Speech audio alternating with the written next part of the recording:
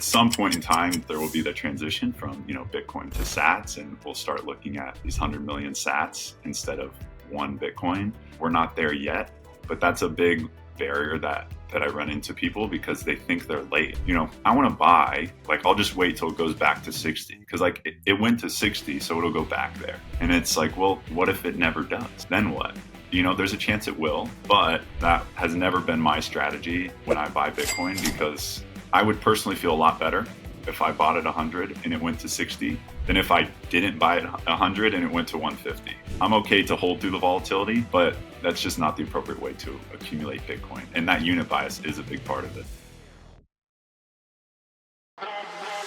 Welcome back to the Bitcoin Sports Network podcast, where we blend excitement with competition to create unforgettable experiences. Our mission is to empower Bitcoin one competition at a time and help orange pill the world.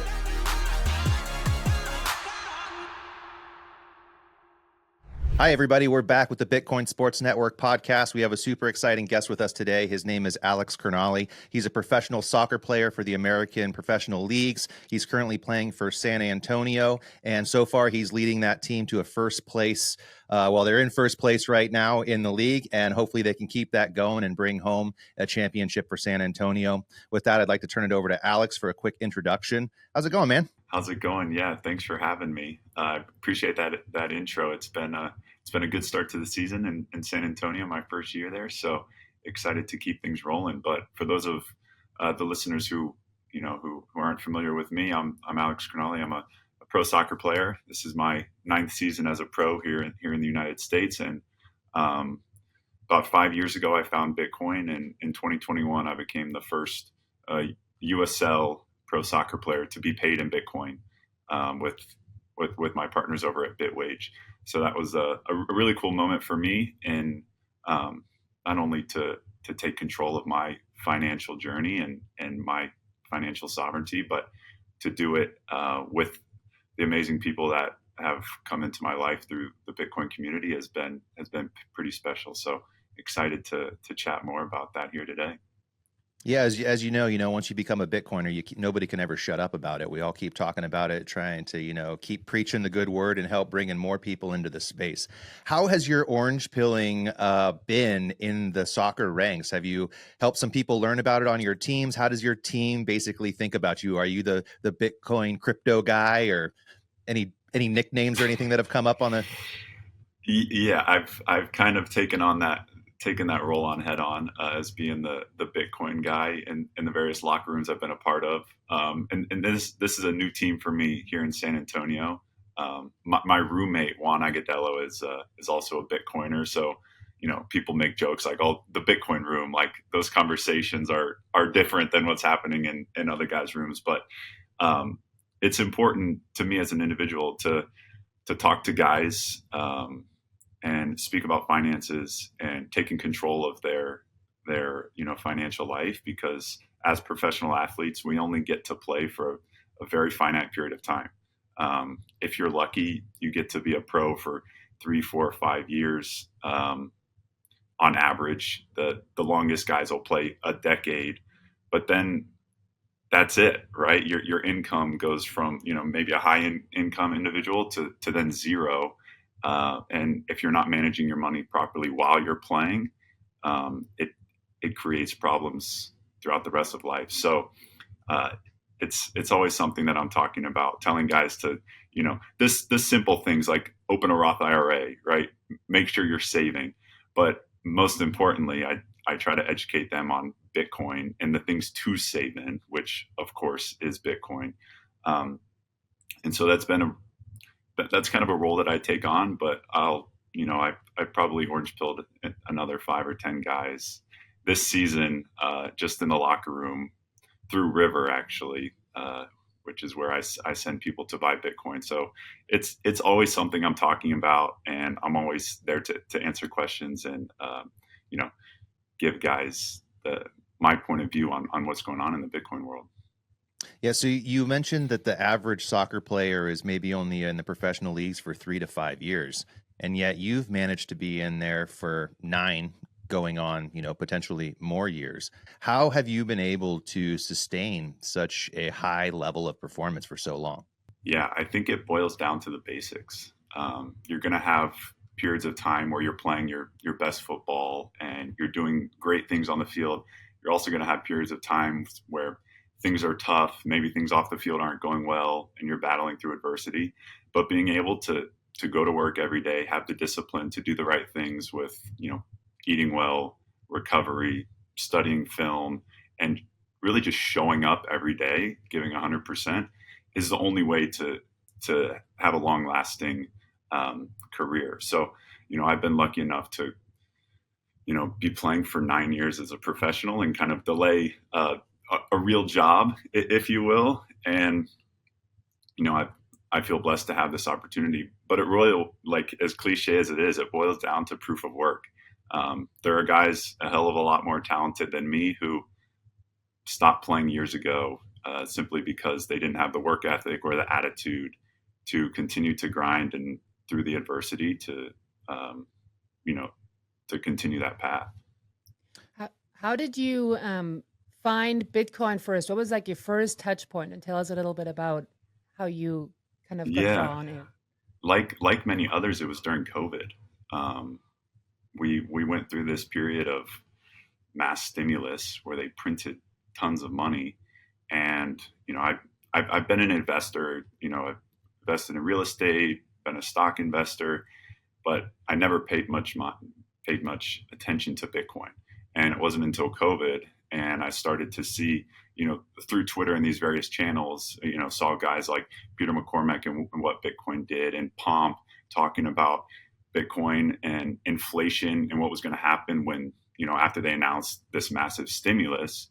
And at that point, I started to go down the rabbit hole and start to figure out that there really is only one clear solution to this fiat money system we find ourselves in, and that's a finite supply monetary asset, and Bitcoin is that asset.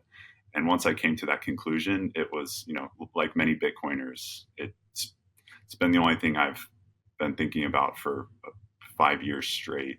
And, it's been a pretty incredible journey since then. Lots of ups and downs as is the cycles of Bitcoin. But yeah, it was in COVID when I really buckled down and started to do the education to figure out what this thing was.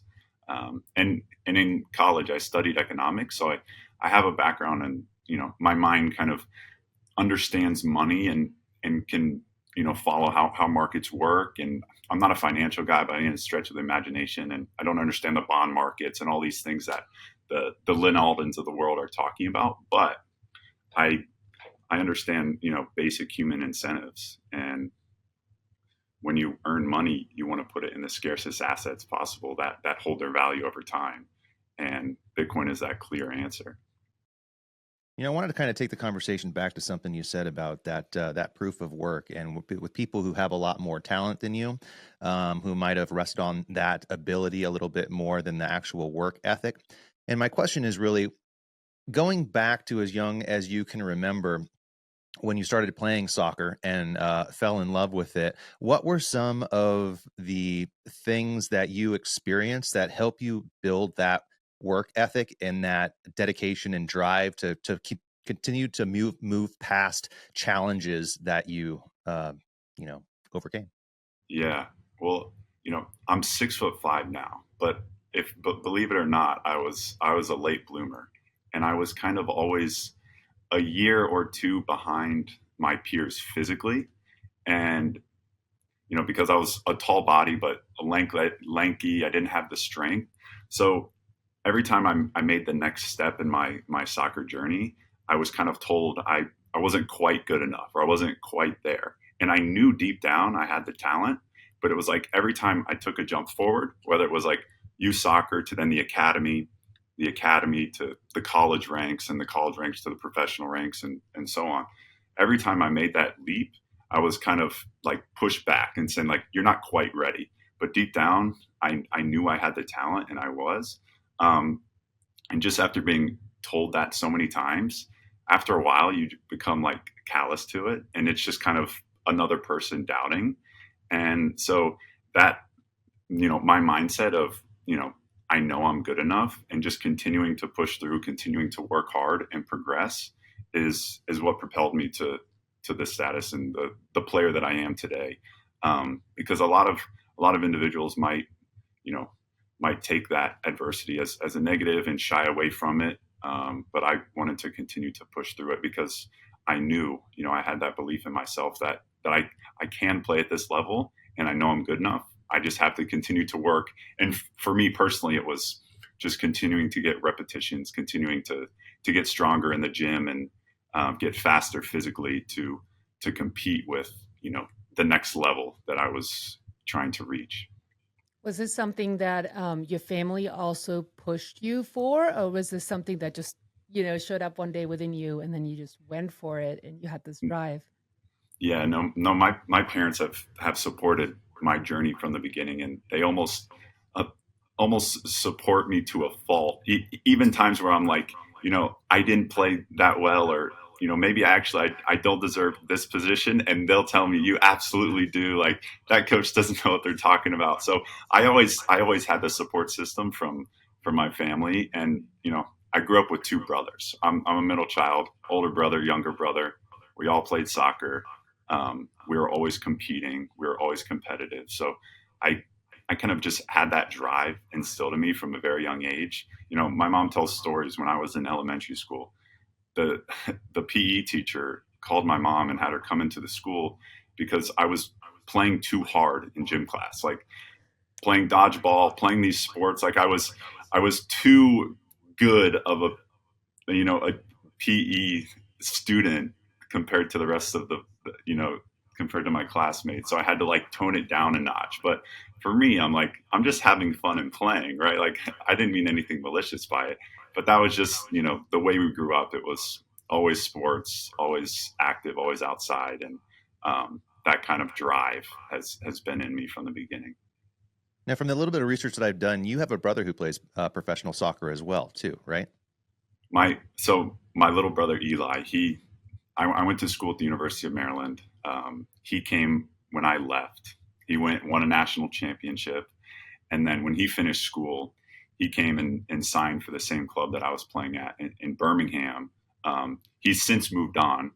Now he's a real estate entrepreneur, running his own real estate business, who in fact, they recently, in the last 6 months or so, they opened up an account on River, and they're stacking sats for their company every 2 weeks. So they're building a real estate company with a Bitcoin treasury, which is really cool. So was that, did you orange pill him, or did you guys kind of come to the same realization at the same time? And then the follow-up question is when you left Birmingham and he came to Birmingham, was the team giving him jokes about, oh boy, here we go, next generation of Bitcoiners? Like, what's going on here? Yeah, so I'm the Bitcoiner. So both my brothers own Bitcoin, but they probably don't have the conviction that I do, and we've come a long way. But people would laugh at the conversations that between brothers arguing about Bitcoin or this real estate thing, that I can control what's going on, and with Bitcoin you just buy it and you have no control over it. And like brothers, we would have the same arguments over and over about which asset is superior, which strategy is better. But at the end of the day, what they're doing is they're actively investing, or it's a job. They're creating cash flows through the real estate, and I'm just saying, once you earn those monies, don't buy a bunch of rental properties. Just store it in Bitcoin and continue to find the next deal. And over the next 5-10 years, you'll be much better off.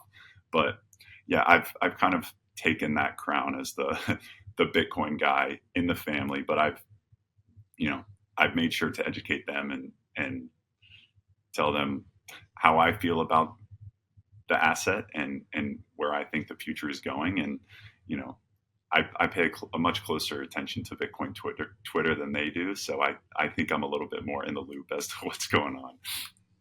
For the professional soccer leagues, is there any sort of like financial support group that players can go to and start figuring out what they want to do with their long-term savings, or is it kind of up to you guys individually just to figure it out on your own? Yeah, they have. I'm in the USL now, which is the second division of American soccer, and I've played in the MLS as well. And both leagues, they have kind of like an orientation where they talk about, here's your 401k and make sure you set that up. And it's with Fidelity or whoever. And if you need help, you can contact them and they'll have, a financial advisor come and speak. And if you want personalized advice, speak to this financial advisor. But there's no real, consistent education that goes on. The guys who are kind of further along in that regard than other players, that's come from education off the field and outside of the leagues. So I think that's one place where, American or just across the globe, professional leagues in general can do a lot better job of educating players because it's not something that they focus on, which is why we see, the high numbers of players go bankrupt, the struggles, even after earning millions of dollars to, go bankrupt a decade later. It's really remarkable, especially considering the sums of money that many of these guys make. And so I've always had a passion for personal finance and wealth management. And I was lucky enough to take a personal finance class in high school and then again in college. So I feel like I have experience and something that I can, and knowledge that I can pass along to the next generation of players. So that's kind of a role that I take on myself. And, I make sure to tell guys like, look, this isn't financial advice, and guys will joke, like some of my teammates will joke, like Alex is my financial advisor, because they grew up and, maybe their families just told them just to save money. Or maybe they didn't, explain how investments work. And, I still think 99% of people across the world don't even understand what money is, let alone investing and all these other things that go along with it. So there's still a long way to go, but I'm always here as a resource for guys. And I simply tell them what I'm doing and tell them my experience and leave the rest up to them. But I'm by no means a financial advisor because, I can take the risk of my portfolio. I don't need the risk and responsibility of someone else's portfolio as well. I'll leave that to the professionals. Well, if the SEC ever asks you, you just tell them, no, that's Alex at River. He's the CEO of River. Yeah. That's the Alex, not me. I'm just a guy. Yeah. Exactly. We're just plebs here. Right. We're just people. I think I have one more question. So when you were saying, in 2021, I came in, COVID happened, I did all my research. Obviously, you guys were not playing probably at this time, right? So you had a lot of time on your hands. But what were the actual touch points? Like, what was the first time you heard about Bitcoin or somebody trying to give you some information about it? Because we all know it takes a couple of touch points before we actually get interested. And why did you turn it down when you heard it first? That's what I want to know too. Yeah. So the first touch point, I was playing in Columbus for the Columbus Crew, and one of my teammates was into crypto, and my first touch point wasn't actually Bitcoin; it was Litecoin, and he bought it in the 2017 run up, and it went to, I don't know, a few $100s a coin. So this was 2018, and it was trading over $100. And he's like, look, it went to, I think it was like $400. It went to $400. Now it's back down to like 120. Like the next cycle, it's gonna, do it again, go up again. I'm like, all right, well, that sounds cool. And, he talked about how like Bitcoin went up to 17,000, but it's like so expensive, like Litecoin, you can get into Litecoin because it's cheap. I'm like, cool. So I bought Litecoin. It was 120 something dollars per coin. And then throughout 2018, 2019, it crashed to like $40. Like it did terribly. And so I'm kind of like, what's going on with this Litecoin thing? And then I started to figure out and started to hear more about Bitcoin and learn what Bitcoin was. And then I can't remember if I sold the Litecoin for a loss or if I like waited until I broke even, and I sold all of it. And I bought like a little bit of Bitcoin, and I bought other stocks and other investments. But yeah, Litecoin was my intro to Bitcoin. And I didn't understand it. They were numbers on a screen to me at that point. And the way that it was explained, there was no talk of, Bitcoin's this finite asset, only 21 million, not controlled by any government or individual, like all of these properties that make it what it is. It was more just like, oh, it's this new flashy object that we can buy and sell like a stock. It wasn't until COVID and, I started to find the real alpha in the Bitcoin space, the signal that's out there, because there's endless noise, but after a few years you figure out where the signal is, and once I found that, it was kind of game over for me. I was hooked and just consuming podcast after podcast and reading books, the Bitcoin Standard, all of those things to do the homework to understand and have conviction in what this is that we own. Was there some major Bitcoiner in the space that you really sort of gravitated to as kind of a mentor for your educational process? In the beginning, it was Pomp, and some Bitcoiners won't like that because, for whatever reason, they think he's moved on to other things, if you will. But he was someone, like me, Italian American with a bunch of brothers. And I'm 30. I think he's a few years older than me, was clearly successful. And like the way that he understood economics and the markets kind of resonated with me. So I consumed a lot of his content, and, is still someone that I follow and listen to his podcast regularly.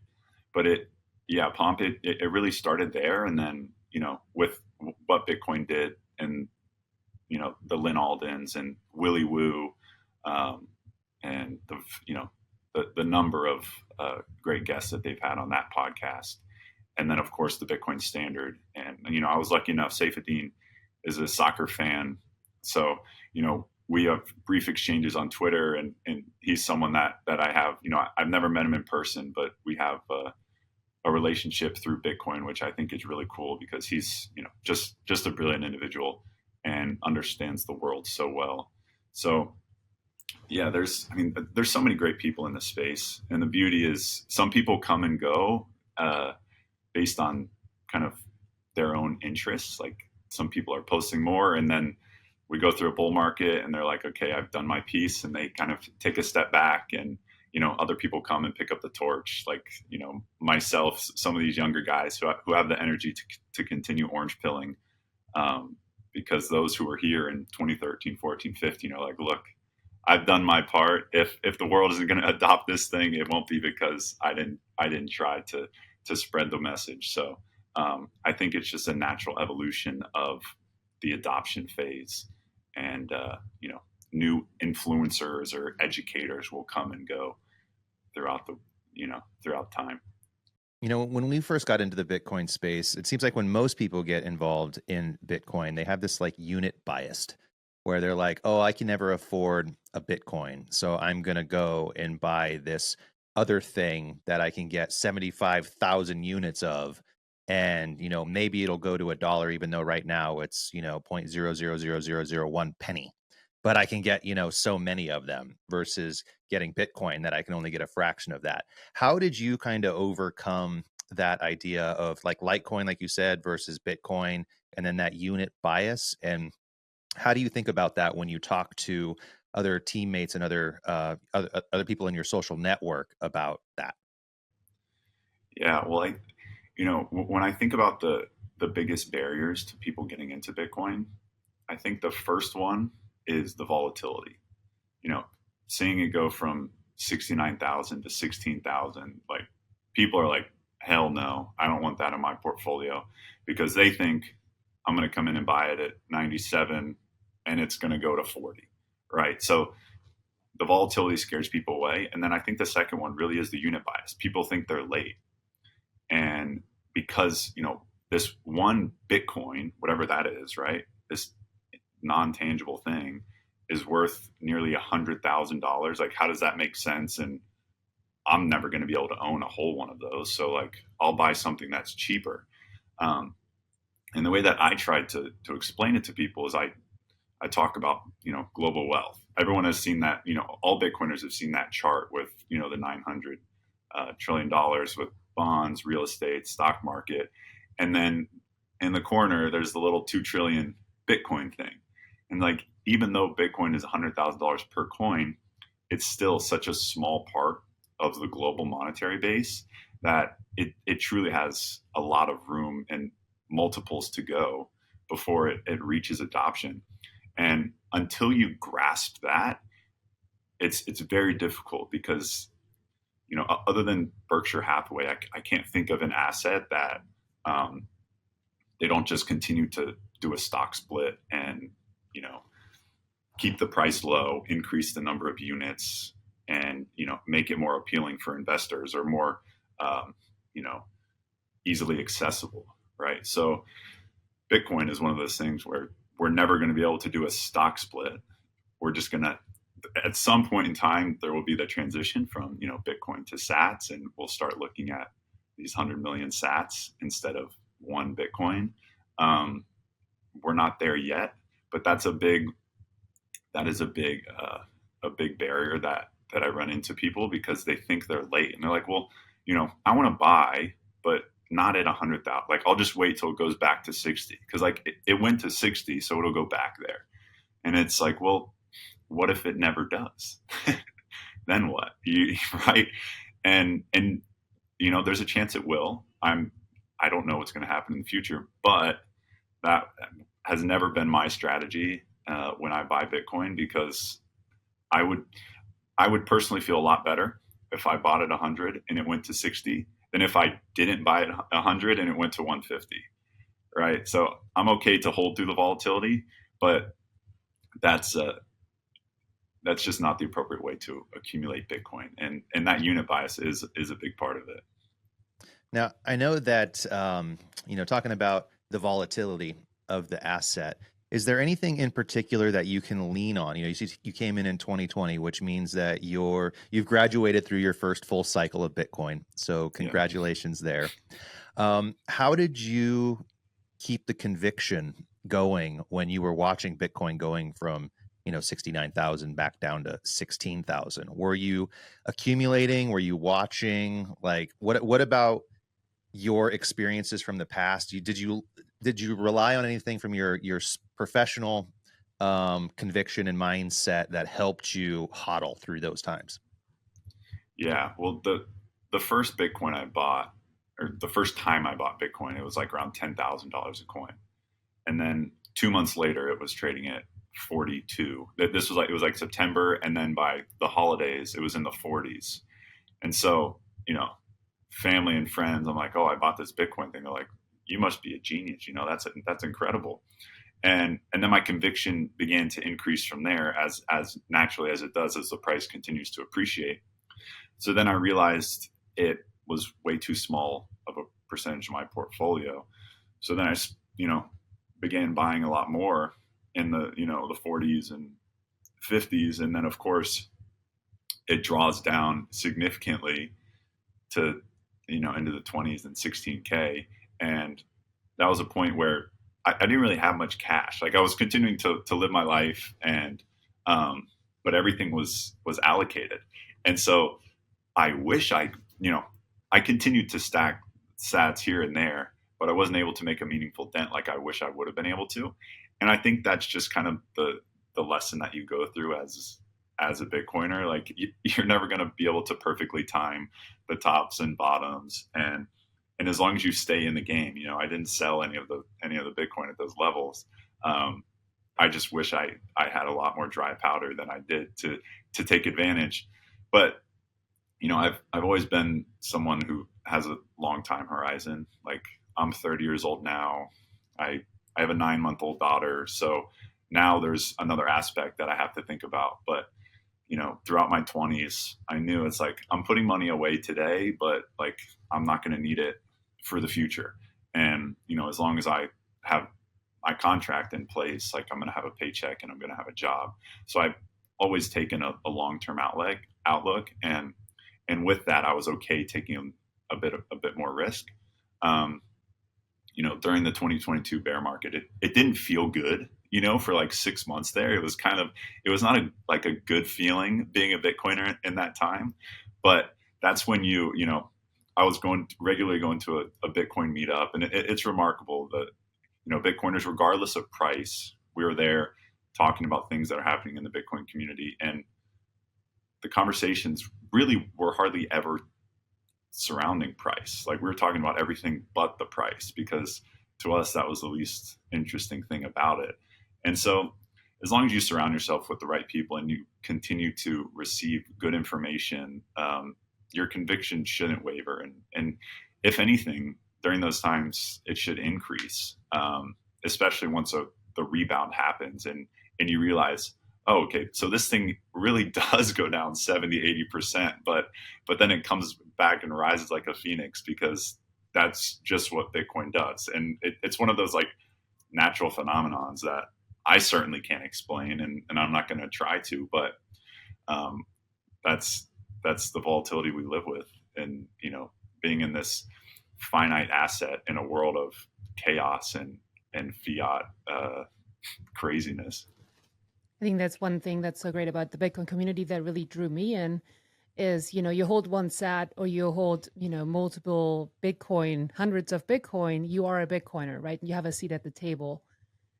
When I discovered, the monetary asset, and then I was like, okay, but what's going on? And like you went on, Bitcoin Twitter and found the community and was so surprised in a way, because I'm like, well, it's digital money. Like, I had a onboarding there with money, but that the community is has really these like not unique values, but good old school values, right? And we have two younger kids. You just mentioned you have a 9-month-old. Congratulations.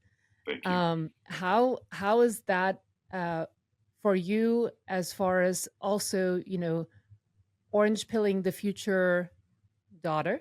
And then, I assume your wife, girlfriend, are you orange pilling there, and how is that going?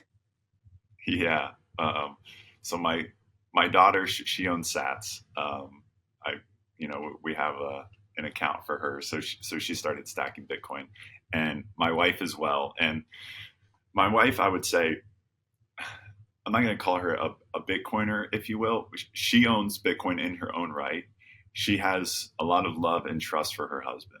And that's about, like, she knows how much time I put into it, understanding it, studying Bitcoin, and, making sure that, because of course I'm looking after our family's future, and she trusts me to do that. So it's almost like one of those things where she feels like, I love you, you got it.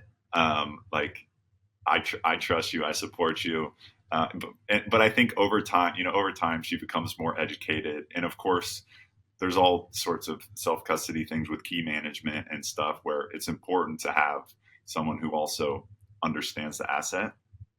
But the Bitcoin space, it causes you to think critically about all aspects of life. Like, once you go down the rabbit hole and think about, like, what is this thing, money, and what values do I hold as an individual? What characteristics of money do I believe in? And as long as you're finding the right answers and coming to the in my opinion, the right solution, you come to Bitcoin. And then that just makes you like rethink all aspects of life, from health to medicine to self-sovereignty and protection. Like, I didn't grow up with guns. That wasn't something that my family, I don't know, valued, or, we didn't hunt, all these things. And now I'm a gun owner shopping for more. Like, I started to I eat more steak than I ever have in my entire life. And I think that's a big reason that it's, I'm still playing it at 30 years old and probably in the best shape of my life at this point in my career. So, like, I'm doing things for my body in the right way. And then just, little things like the cold plunges, steak, guns. And then of course there's the medicine and whether to vaccinate your child or not. And I'm not going to get into those things, but Bitcoiners have a very unique position and a framework of like thinking about the world that I don't think most individuals do, because and I think that comes from not just trusting an institution because they say you should trust them, right? Because we've been told these US dollars are valuable because it's backed by the US military. But like, okay, what does that mean? Like, we're just supposed to take that at face value. And once you like peel back the layers of money and what, the system that's in place, you realize that you can't trust everything you see. And once that flip is switched for a Bitcoiner, it's like, okay, well, now I don't trust anything. And I'm going to uncover every stone and, look through every part of my life. Because if I can't trust the money, well, fuck, what can I trust? Because if that's not the single most important thing, other than health, of course, like if you don't have health, you don't have anything. But without money, you can't do literally anything. So it really is the foundation of our lives. And it's important that people, begin to look very deeply at what it is they value, and look at what they think of money and what assets do they hold and what risk do they take by holding those assets, because 99% of Americans are holding everything in US denominated assets that can be printed, or are stocks that have CEO risk and market risk and all these things. And a 0% allocation to Bitcoin at this point in time, I think is quite risky, because all the headwinds with the government banning it and the mining banning and all these things that have happened, those are behind us in my eyes. And now we have MicroStrategy copycats coming in to compete at a very high level, and Bitcoin is going to be scooped up quickly off the market in the coming years. Game theory. We got to love it. It's one of the reasons why we started Bitcoin Sports Network, is because at our core, we're an education company. And we saw this really big, me as an avid sports player my whole life, never good enough to make it to the next level, mostly because I thought it was more fun than I really wanted to, focus on going to the next level of it and really winning. Which of course, as a father, is something that I'm now, trying to live vicariously through my children. And it's always this,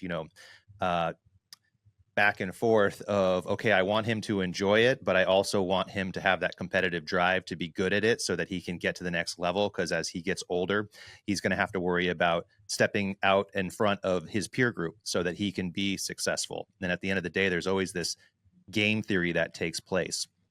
And so to kind of take it back to a preparation perspective of the elite athletes that you are, when you're around the soccer teams, around the soccer league, and everybody is focusing on being a winner, focusing on their craft, focusing on staying eligible to play through not getting injured or just not losing that half step to the next guy who's chomping at his heel to take his place. How much time is there for professional athletes to actually get to this knowledge point where you've gotten to? And if you could have like one tool, this is kind of a complicated question. You could have like one tool that you could help use in your team or in the professional leagues for either someone who's still playing or retired, that would help them make that next level so that they wouldn't be one of those statistics of, having it all and then losing it all and then trying to build it back again in some other life. Yeah. I wish it were just one tool.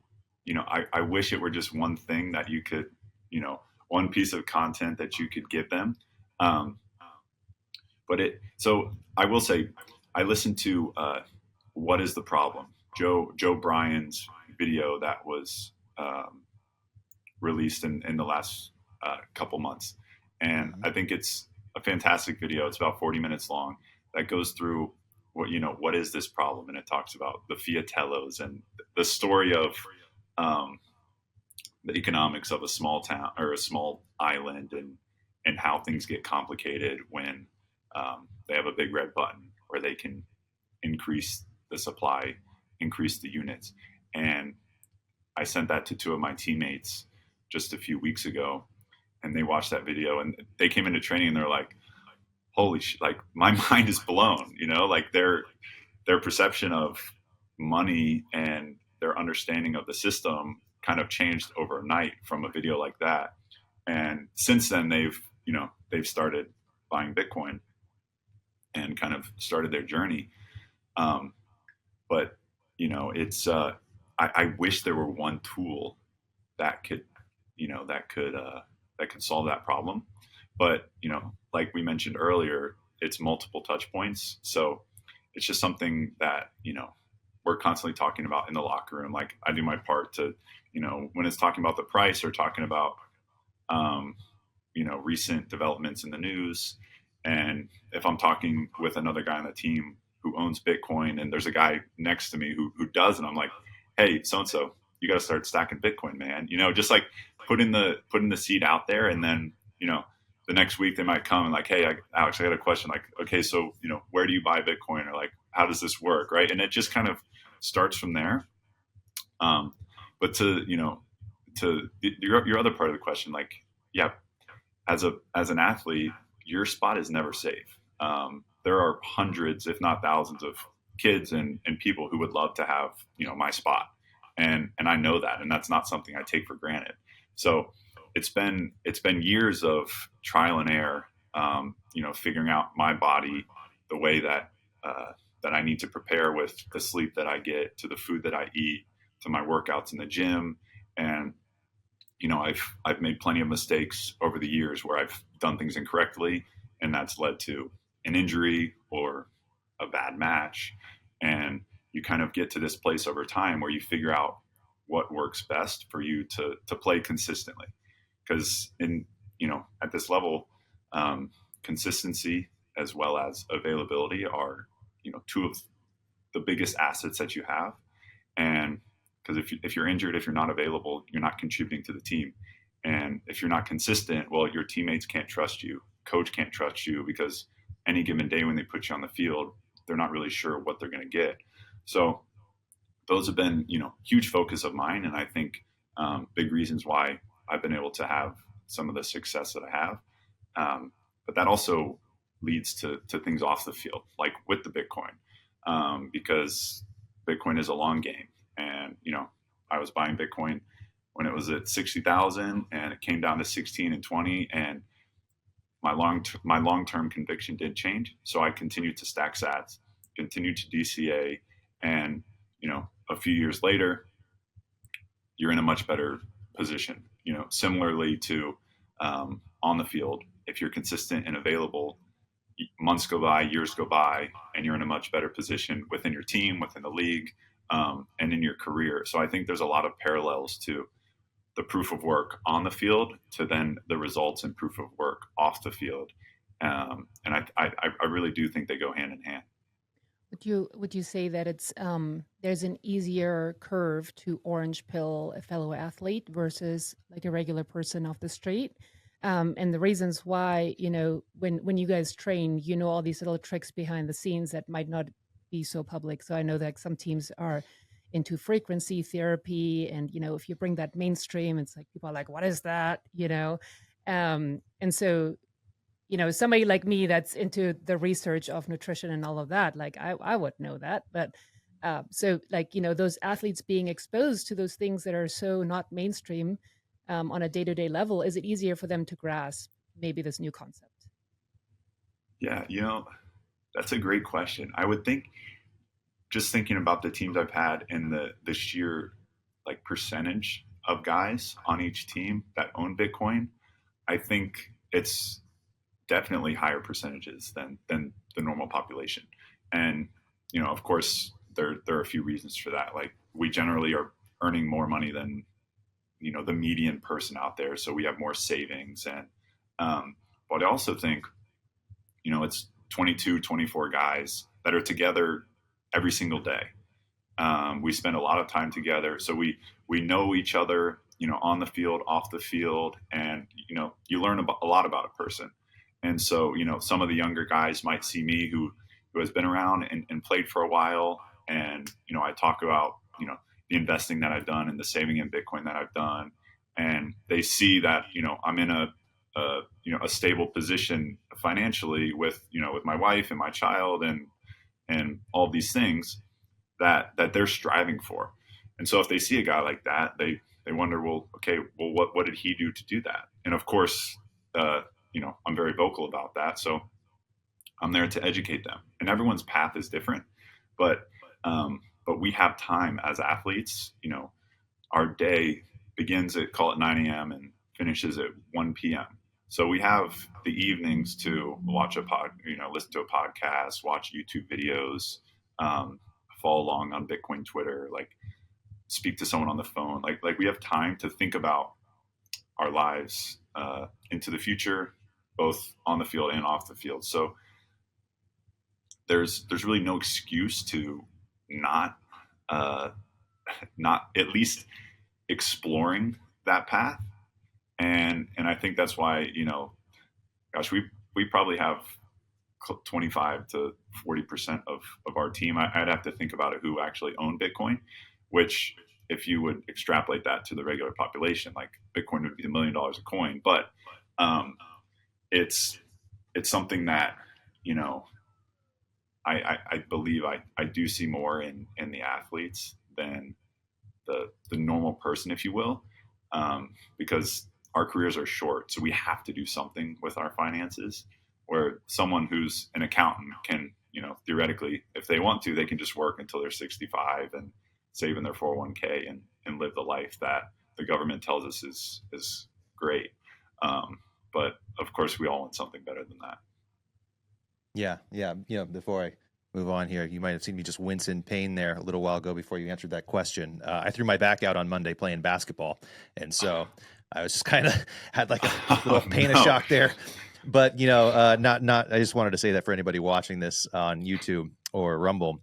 But one of the last questions I wanted to ask you is, when we first started this conversation, you said that you were the first professional soccer player in the United States to receive a portion or all of your paycheck in Bitcoin. How did that conversation come up with the league, and how did those negotiations go, and how receptive were they to do that? Yeah. And what's the mechanics of it? Yeah. So the cool thing about it, well, first of all, I wish I took my whole salary in Bitcoin, but I need to live. So I started out, I took 15%. And then after, at the end of, so 4 or 5 months later, then I bumped it up to 25%.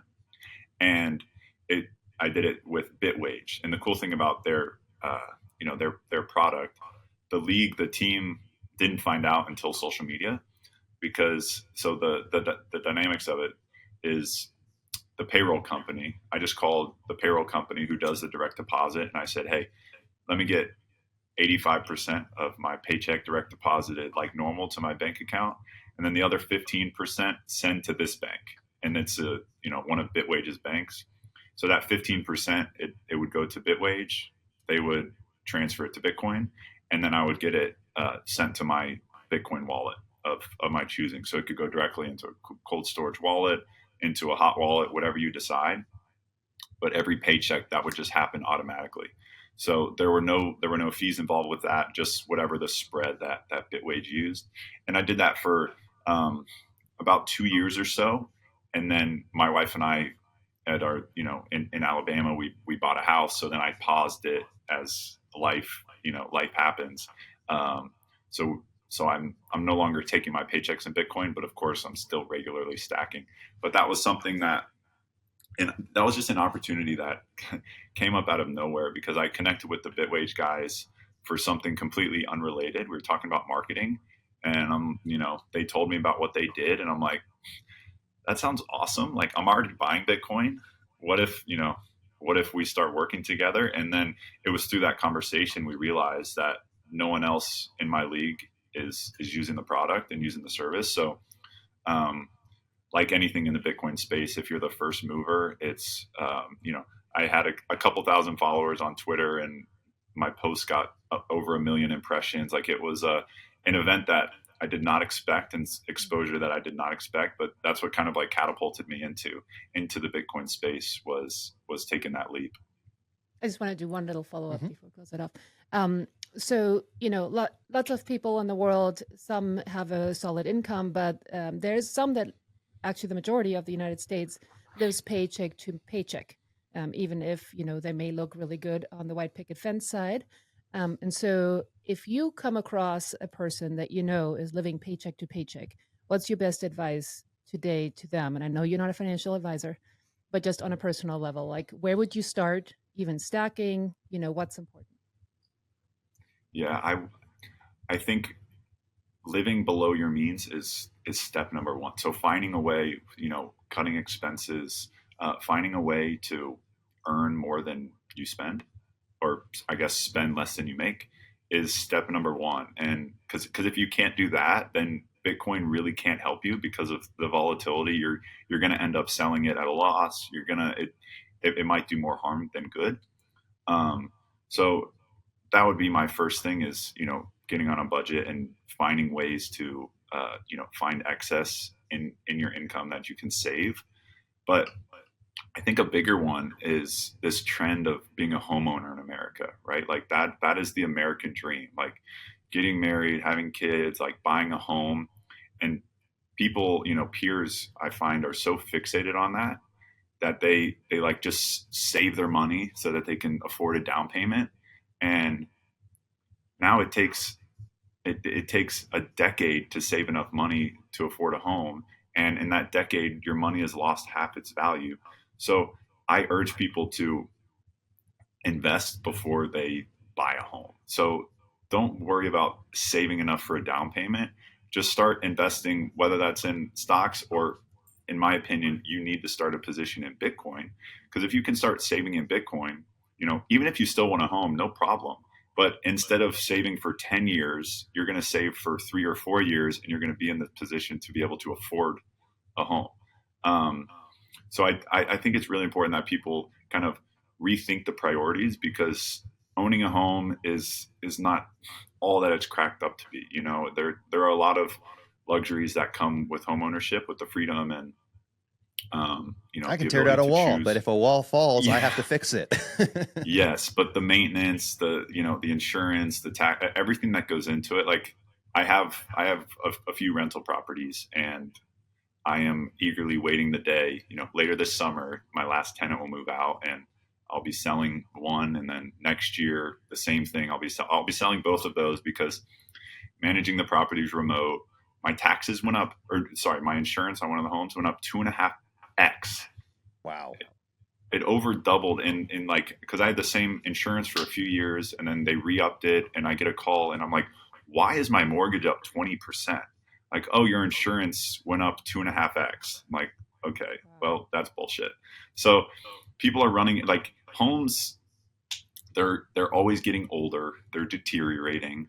Yeah, the fiat value continues to tick up, and if you use smart leverage, there are ways where you can get ahead. Like, I will buy more real estate in the future. Like, I love real estate. That's something that I'm passionate about. But when I have these rental properties who are spitting off, whatever, a few $100 a month in profit, and every month I'm getting a call, hey, there's a leak here, I have to fix this. Like, I can just save in Bitcoin and not worry about, not try to manage these people remote, not worry like, okay, am I going to show up after these people move out and like the house is destroyed, and then you have to come out of pocket to pay for these things, when you can just save in Bitcoin, sleep at night, and then there will come a time in, my wife and my family's life where we decide we want to live in XYZ place, and because of Bitcoin, we'll be in a position where we can go there and purchase the home that we want, and and live life on our terms. And because at the end of the day, that's what people want, right? We want freedom to do the things that we enjoy doing. And buying a home and being trapped for 30 years is not the American dream that we've been sold. So, Yeah, absolutely. You talked a little bit about one of the biggest challenges that you have to talk to other people about is the volatility of Bitcoin. And people always think of real estate as being a safe, secure, non-volatile sort of experience. But like you're saying, you have all of the risks of home ownership plus insurance premium adjustments plus we had a broken pipe in the house this last year because of a big freeze. And so now I have to rip out the entire ceiling in a couple of rooms and have it replaced. And so if you're a homeowner and you have that and you're thinking, okay, the price appreciation is 3%, but then I just had to spend, $15,000, $20,000 to have a problem fixed. Now, any appreciation that you would have had is now gone. So that's volatility right there. And then you have liquidity risk, because when you go to sell it, you have a tenant in the house, you want to sell it without a tenant, or if you get into escrow, then you're looking at 30, 40, 60 days potentially to be able to get your money out and to make that transaction. Where yes, Bitcoin is a little bit more volatile. Could be said on a short term, it's a lot more volatile, but it's liquid 24/7, 365. You can get in, you can get out of it. It's an asset. And we're definitely noticing this in the Bitcoin space. We're paying attention to the real estate market and noticing that a lot of these people who used to just make a god awful amount of money and didn't know what to do with it, they would buy real estate with it, right? They would buy Florida property, coastline property, and that would just keep appreciating. But now they're like, why am I owning this property? Nobody's living there. I can just buy Bitcoin with it. And rather than make 2 or 3% per year on this asset, I could be making, 60% per year compounded year over year for the next 20 years. It's the trade-off is a lot better there. And then last thing before I get off my soapbox here, I wanted to go back to this Bitwage company, because it sounds like anybody can take advantage of Bitwage, whether you're a professional sports athlete or somebody who's working for Uber, or as we all do, work for McDonald's in the Bitcoin community. And you can call them up, and we don't have any sponsorship with Bitwage or any relationship at all. But a product like theirs sounds really easy to be able to sign up for, get that money from your paycheck before you even have the opportunity to go to Amazon and buy something with it, to have that already investing in Bitcoin and take care of your financial future. Yes, absolutely. Anyone can use it. It takes the thinking out of stacking Bitcoin, and you can set it, forget it, and that's that. But like real estate, I could send you the value of a house in 30 seconds here. Can't do that with real estate. Yeah. And just because in real estate, it says it's worth that much, you actually have to find a buyer willing to pay for that at that value. Yep. So to kind of wrap things up here, we've been on for about 20 minutes longer than we were hoping to. So really excited about how good this conversation has gone. Where can people find out more about you, Alex? How do they follow you and your performance on the team? And how do they go and become San Antonio FC fans? Yeah, well, I'm on social media at Alex Crognale. You can come and hang out. We got a big match coming up, and this weekend. I'm not sure when this will air, but you can find us on ESPN Plus. We're top of the table in our conference right now. Got off to a good start to the year, and looking forward to keeping that moving with San Antonio FC. Awesome. Thank you so much. Yep. Great. It's been great talking with you. Until next time. Thank you, guys. Thanks for having me.